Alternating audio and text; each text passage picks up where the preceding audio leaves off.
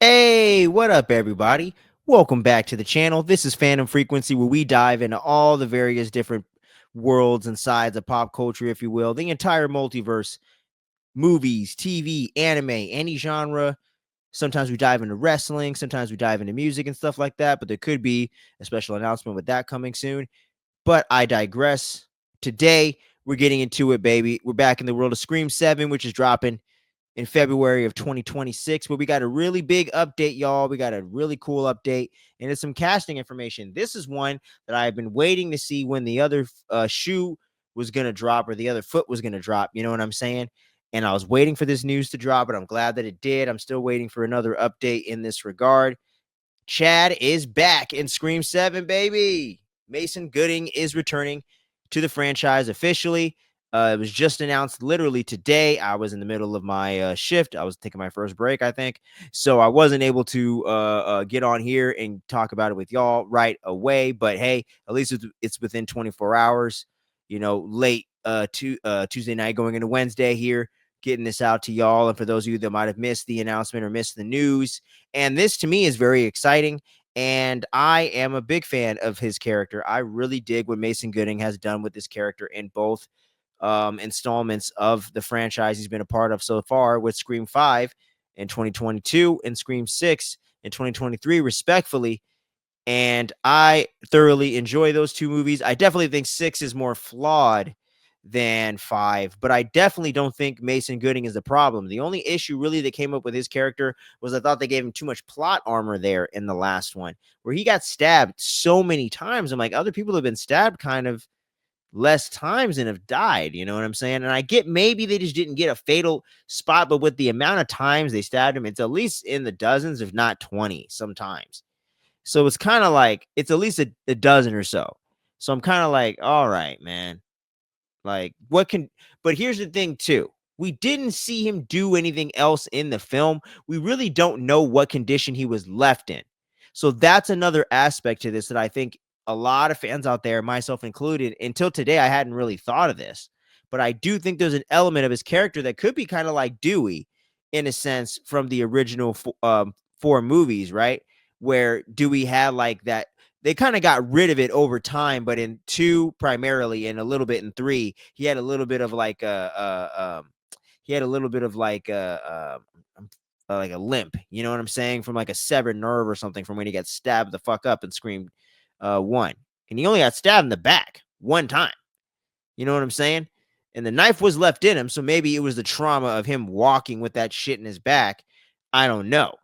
But overall, Dewey was in the franchise. He was scarred up in the first 2 sequels, really, more so the second than the third, because he was running around pretty good in the third film. But the second movie, it was very clear and evident that something had happened. And maybe over time, these things do progressively get better and it does heal up so you don't walk around like that forever. I don't know. And with advancements in technology and science and medical shit, there's a lot of different elements in real life that maybe have changed that you could implement into the story here in this fictionalized world to make it make a bit more sense, so you're not suspending too much disbelief. You know what I mean? It doesn't have to be explained. I'm not really tripping on it in that regard, but we could see Chad not in a completely different state and not the way we've seen him before, which could also incidentally affect his sister, Mindy, played by Jasmine Savoy Brown. She's not confirmed to come back as of the recording of this video in mid-December, getting close to Christmas of 2024. So who knows what's going to happen in the near future when you might be watching this. We might have already had a new Scream update, which already updated that information in and of itself. I'm totally getting meta. It's a fourth wall break within a fourth wall break. It's 16 walls. If you know that reference, let me know down below. But yeah, man. So there's a lot of really cool, got too close to the mic, a lot of cool possibilities with Chad coming back to the franchise. One of my favorite supporting characters in the last couple movies here, and I think is one of the stronger, newer characters introduced besides the Carpenter sisters. I even prefer him over Mindy, to be completely honest. Not that I don't like Mindy as a character. I just feel like she's a little bit too much shtick and a little too one note. I would like to get a little bit more genuine personality out of her, just a little bit more of a well-rounded nature there. Chad just feels more like a dude that like a really cool jock that you would meet in high school. He happens to be one of the few dudes on the team that's not an asshole. He might even be at the party with the stoners, with the skater kids, like actually chopping it up and getting lit with those guys. You know what I'm saying? I'm trying to get hip here. Um, but that's the way Chad feels to me. And I knew a couple jocks like that in high school myself because I never got bullied or nothing, but I wasn't necessarily hanging out with the preppies 90% of the time. But there was a few of them that were actually really cool. And I'd run into them at a function, at a house party, on a weekend in senior year. And they'd actually be, hitting the beer bong and playing the BP and all that. You know what I'm saying? So, for those that get it, if you know, you know. But that's the whole vibe I always got off of Chad as a character. And I think he just brings so much likability and so much relatability to his character, and just that enhancing the overall cast of characters surrounded with him.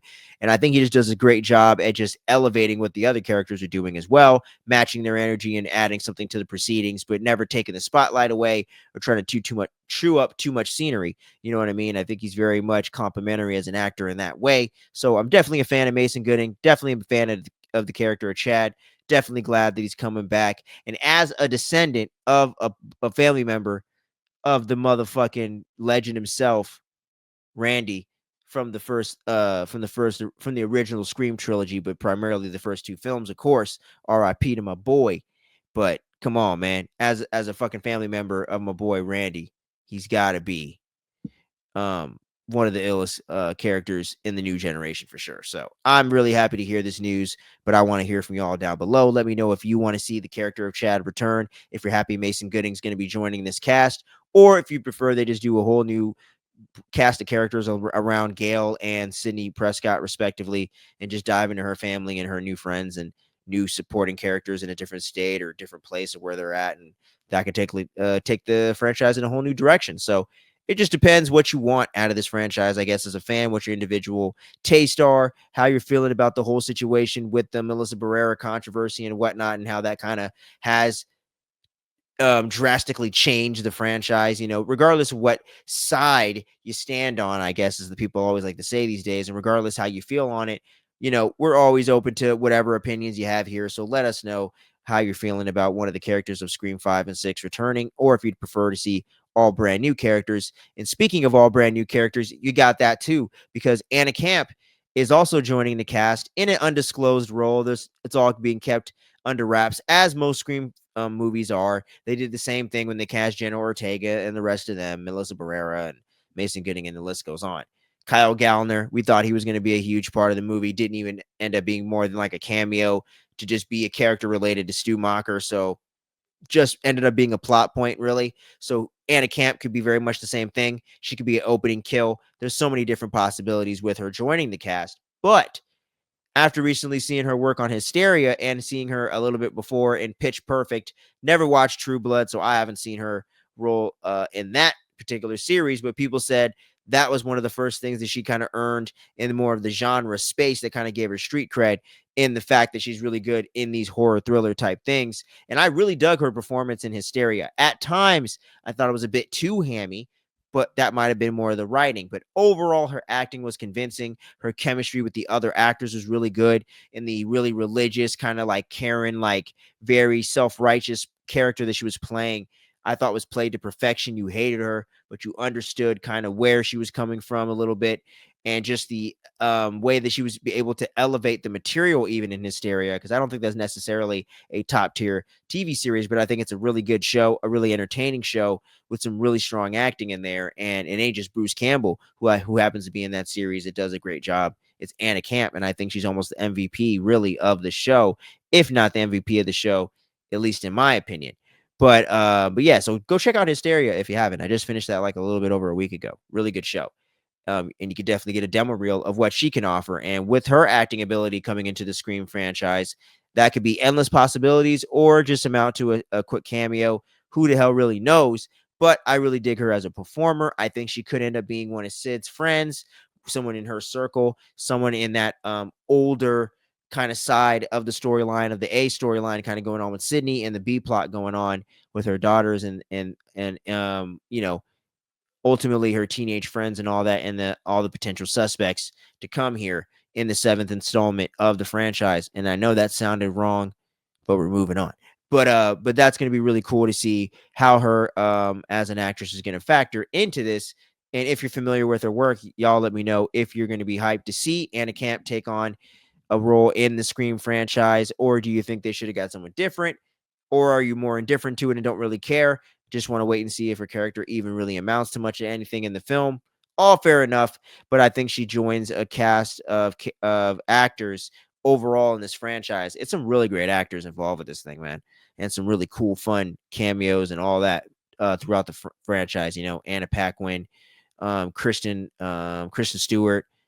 Oh wait, Christian Bell, my bad, not Kristen Stewart. I apologize.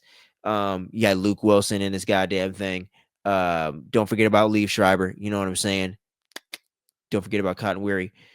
So many great actors have come into this thing. Samara Weaving in A Quick Thing, Tony Revolori, who are some of the other really cool and really talented up and coming actors. Obviously, Samara Weaving being like a bona fide scream queen in her own right at this point in time. You know what I mean? Really bursting onto the scene with The Babysitter and just solidifying, doing a ton of genre stuff all the way to this year with Azrael. Haven't seen it, but I've heard about the movie. So all that good jazz. So I think she joins a cast of really incredible actors being a part of this franchise and getting to see what she could do with people like Sydney, with Nev Campbell, sorry, synonymous to me. Getting to see what she could do with someone like that as a scene partner, I think is really exciting. And I think just as a nerd of film and getting to see actors really cook and really do their thing on screen and really bring characters to life and have these great interactions that are so memorable and so damn, engaging when you're watching it. So I'm really excited about it. But y'all let me know if you give a shit or not, if Anna Camp is going to be in this thing or if you're hyped, what have you. But it's some cool casting news going on, man, in the world of Scream. And it's going to be really cool to see kind of how this all shakes out and what the real story is going to be as we get closer throughout the year of 2025, coming up here sooner rather than later at this point. And as we build up to the hype train of Scream 7, just the same way we did with Scream 5 and Scream 6 on the channel, we're going to be covering all the updates and trailers and breakdowns, theories, and all that leading up to Scream 7. And there's still that rumor floating around out there that there's a Kirby Reed spinoff. As far as I know, to my knowledge of the recording of this, I'm not aware of that being debunked. So that's another possibility down the line that we could be discussing here on the channel as well. But yeah, man, if you want to get into anything in the Scream franchise, we talk about it here. We've done rankings.